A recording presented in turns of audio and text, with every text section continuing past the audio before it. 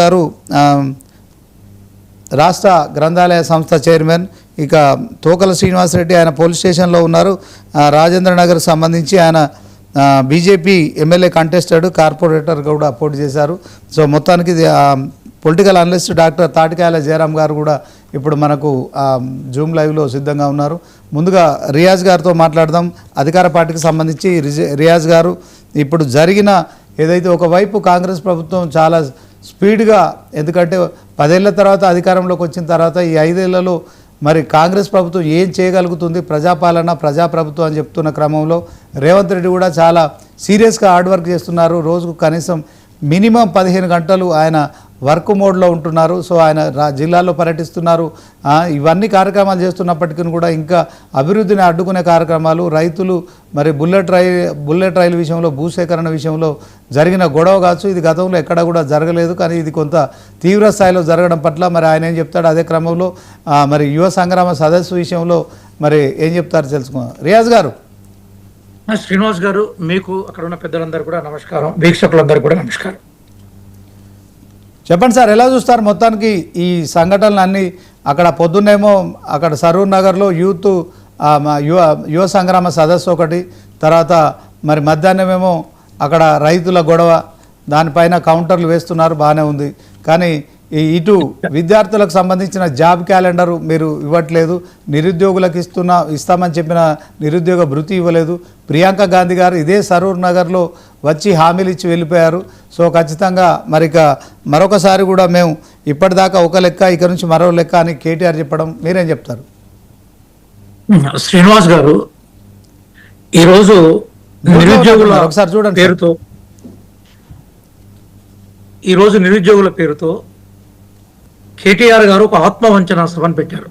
మనం చాలా క్లియర్గా మాట్లాడుకుందాం. ఎందుకోసం అంటే, నేను తెలంగాణ ఉద్యమ నేపథ్యం నుంచి వచ్చిన వాడిని, బీఆర్ఎస్ యువతకు వ్యతిరేకంగా చేస్తున్న విధానాలకు వ్యతిరేకంగా ఒక వీరోచితమైన పోరాటం చేసిన వారిలో నేను ఒకరిని.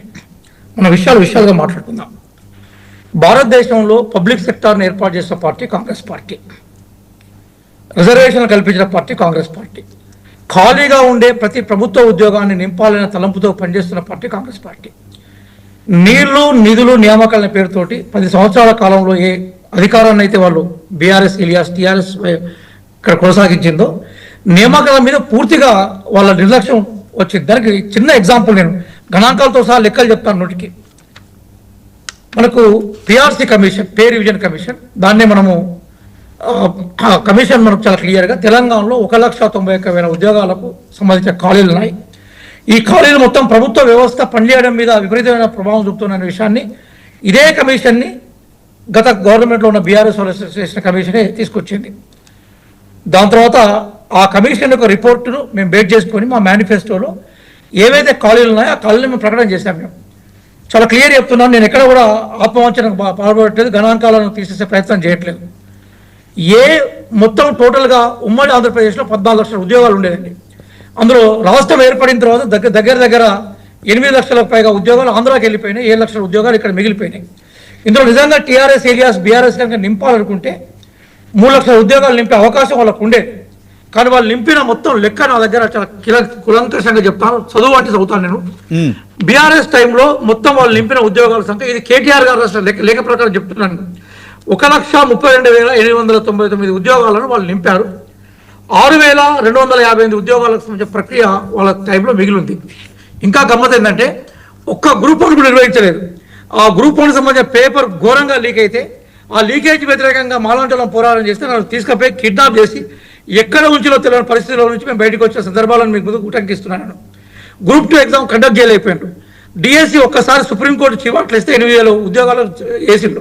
అంటే ఏ ఉద్యోగాల ఖాళీలు అయితే ఉన్నాయో వాటి నింపడంలో విఫలమైన ఆ వైఫల్యం నుంచి మేము పోరాటం తీసుకొచ్చాం. పోరాటానికి నాయకత్వం వహించిన దాంట్లో అగ్రగామంగా నేను నిలబడ్డాను. అందుకోసం కిడ్నాప్ గురై హింసలకు గురైన వ్యక్తిని నేను, కాబట్టి నేను నిక్కచ్చిగా మాట్లాడుతున్నాను. మేము పవర్లోకి వచ్చేసరికి అంతకుముందు బీఆర్ఎస్ చేసిన కొన్ని నోటిఫికేషన్లు ఉండేవి, తప్పులు తడగల నోటిఫికేషన్లు, విపరీతమైన లీగల్ హార్డిల్స్, లీగల్ ఆబ్జెక్షన్స్, ఒక్కొక్క చిక్కుముడిని తీసుకెళ్లే ప్రయత్నం మేము చేశాం. మొట్టమొదటిసారిగా భారతదేశంలో ఒక ముఖ్యమంత్రి రేవంత్ రెడ్డి గారు మొట్టమొదటి భారతదేశంలో యూపీఎస్సీకి వెళ్ళి అక్కడ విషయాన్ని మొత్తం స్టడీ చేసి యూపీఎస్సీ తరహాలో ఇక్కడ ప్రక్షాళన చేయడం కోసం మొత్తం తెలంగాణ పబ్లిక్ సర్వీస్ కమిషన్ బోర్డునే ప్రక్షాళన చేశాడు. చేసి ఇక్కడ మట్టి బిడ్డలకు అవకాశం ఇచ్చాడు.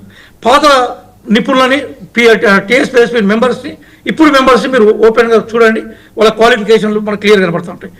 మేము వచ్చిన తర్వాత పాత నోటిఫికేషన్లకు సంబంధించి చిక్కుముళ్ళ మొత్తం తీసేసి 2 ఏళ్లలో 67,723 ఉద్యోగ నియామకాలను చేశాం. ఈ ఉద్యోగ నియామకాల పత్రాలు ఎల్బీ స్టేడియంలో ఇచ్చాం, శిల్పారామంలో ఇచ్చాం, పెద్దపల్లిలో మేము ఇచ్చాం, అట్లాగే రవీంద్ర భారతిలో మేము ఇచ్చాం. మనకి సెక్రటరీ పక్కన టెంట్ వేసి మేము ఉద్యోగాలు ఇచ్చాం. ఏ డేట్న ఎన్ని ఉద్యోగాలు ఇచ్చామన్న విషయాన్ని మేము చెప్పాం. ఇప్పటికీ నేను ఛాలెంజ్ చేస్తున్నాను, ఒకవేళ వాళ్ళకి కావాలంటే ఆ క్లిప్స్ అన్ని ఇప్పుడే ఓపెన్ చేసి మీకు చూపెడతాను. 70,000 మంది మా దగ్గర నుంచి ఎవరైతే రిక్రూట్మెంట్ అయినారో వాళ్ళందరినీ మేము ప్రదర్శన చేస్తాం సిద్ధంగా ఉంది. అయితే బీఆర్ఎస్ ఎలియాస్ టీఆర్ఎస్ ఏదైతుందో ఈ విషయాలను గుర్తించకుండా కాంగ్రెస్ పార్టీ ఒక్క ఉద్యోగం వేయాలని చెప్పడం అనేది అసంబద్ధం. ఏ నోటిఫికేషన్ సంబంధించిన మూలాలు గతంలో ఉన్నాయి కాదట్లేదు. ఇక చిక్కుముడితో కూడుకున్న అంశాలు అవన్నీ, పేపర్ లీకేజ్తో కూడుకున్న అంశాలు, ఎగ్జామినేషన్ డేట్లకు కనీసం ప్రకటించలేని దౌర్భాగ్య స్థితిలో ఉండేది. మేము జాబ్ క్యాలెండర్ను అసెంబ్లీ సాక్షిగా మేము ప్రకటించాం. ప్రకటించిన తర్వాత ఏం జరిగింది అంటే మందకృష్ణ మాదిగ గారి ఉద్యమం దాదాపుగా 2 దశాబ్దాల నుంచి తెలంగాణలో జరుగుతుంది. వర్గీకరణ తీసుకొచ్చాం. ఆ వర్గీకరణ తీసుకురావడంలో జాబ్ క్యాలెండర్ సంబంధించిన ఇష్యూస్ మళ్ళీ కొన్ని మార్పులను తీసుకొచ్చే ఓవరాల్ గా చెప్పేది ఏంటంటే నిజాయితీ శంకించకండి, మేము కట్టుబడి ఉన్నాం. భవిష్యత్తులో కూడా ఉద్యోగాల నియామకాల కోసం మా ప్రభుత్వం కృషి చేస్తుంది. రియాజ్ గారు, ఇప్పుడు 70,000 ఉద్యోగాలు ఇచ్చినట్టు నోటిఫికేషన్ చూపించాలి. శాశ్వతంగా రాజకీయాల నుంచి రాజకీయాలను వదిలేస్తానని కేటీఆర్ ఛాలెంజ్ చేశారు. నేను కేటీఆర్ గారిని మరొకసారి ఛాలెంజ్ చేస్తున్నాను. మీ హయాంలో 2,40,000 ఉద్యోగాలు అన్నారు కదా, మీరు చూపెట్టండి. మేము ఎవరైనా కూడా రాజకీయాల గురించి మాట్లాడడానికి మేము కూడా మానేస్తాం. అది చర్చ కాదు సార్. చర్చ ఏంటంటే నేను మళ్ళీ చాలా క్లియర్ చెప్తున్నాను. నోటిఫికేషన్ సంబంధించిన మూలాలు గతంలో ఉన్నాయి, కానీ ఆ నోటిఫికేషన్ నుంచి తప్పులు తడకలు, లీగల్కి సంబంధించిన అబ్స్టాకిల్స్, హార్డిల్స్ ఉన్నాయి. వాటిని చిక్కుముడి తీసాం.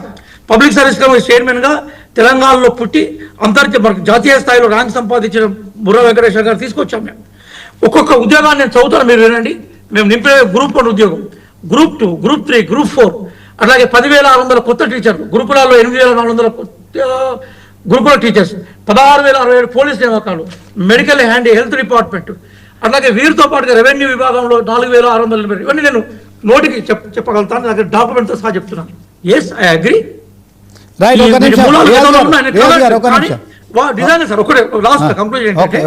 నిజంగా టీఆర్ఎస్ ఎలియాస్ బీఆర్ఎస్ కనుక ఈ ఉద్యోగాలు చిత్తశుద్ధుంటే మరి నోటిఫికేషన్ లేచిన వాళ్ళు నింపే ప్రయత్నం చేయాలి కదా సార్. 7 మొత్తం ఎలా తీసిన తర్వాత తోక దగ్గర అవుతుందా? వాళ్ళు చిత్తశుద్ధి ఎలక్షన్స్లో స్ట్రాటజీ ఇది వేసే ప్రయత్నం చేశాం. ఆచరణలోకి మేము తీసుకొచ్చాం. టన్నుల కొద్ది మాటల కన్నా అనువంత ఆచరణ గొప్పది. ఆ ఆచరణ కాంగ్రెస్ పార్టీకి మేము చేశాం కాబట్టి ఈరోజు గర్వంగా కేటీఆర్ గారికి మేము ఛాలెంజ్ చేస్తున్నాం. కేటీఆర్ గారు ఆ రోజు పబ్లిక్ సర్వీస్ కమిషన్ రిజల్ట్ కూడా ఆయన అనౌన్స్ చేసే ప్రయత్నం చేశాడు. ఆయన ఐటీ శాఖ మంత్రి, మున్సిపల్ శాఖ మంత్రి, పంచాయతీరాజ్ శాఖ మంత్రి. అసలు ఈ ఉద్యోగాల నియామకాలతో ఆయన సంబంధమే లేదు. నా ర్యాంకులు అని చెప్పి ప్రకటన చేశాడు. అంటే టీఎస్పీఎస్పీ విధుల మీద ఆయన జోక్యం చేసుకునే ప్రయత్నం రాజ్యాంగానికి విరుద్ధమైనది. అది అటానమస్ బాడీ. ముఖ్యమంత్రి గారు ఎప్పుడు ఆ ప్రయత్నం చేయలేదు. టీఎస్పీఎస్పీ మాకు అప్పచెప్పిన తర్వాత, రిజల్ట్ ఇచ్చిన తర్వాత సర్టిఫికేట్లు ఇచ్చి ఉద్యోగ ప్రకటన చేసే క్రమంలో మేము ఉన్నాం. మా పార్టీ ప్రభుత్వ ఉద్యోగాలకు కల్పించే party sir, public sector support చేసే పార్టీ. ఇక్కడ ఈ రోజు ఆయన ఆత్మహత్యల సభ పెట్టుకుని రకరకాల డైలాగ్స్ పెట్టుకున్నారు. వాటి మళ్ళీ మనం మాట్లాడుకునే ప్రయత్నం చేద్దాము. ఓకే, థ్యాంక్ యూ రియాజ్ గారు. బుల్లమల్ల యాదవ్ గారు, మీరు మాజీ ఎమ్మెల్యేగా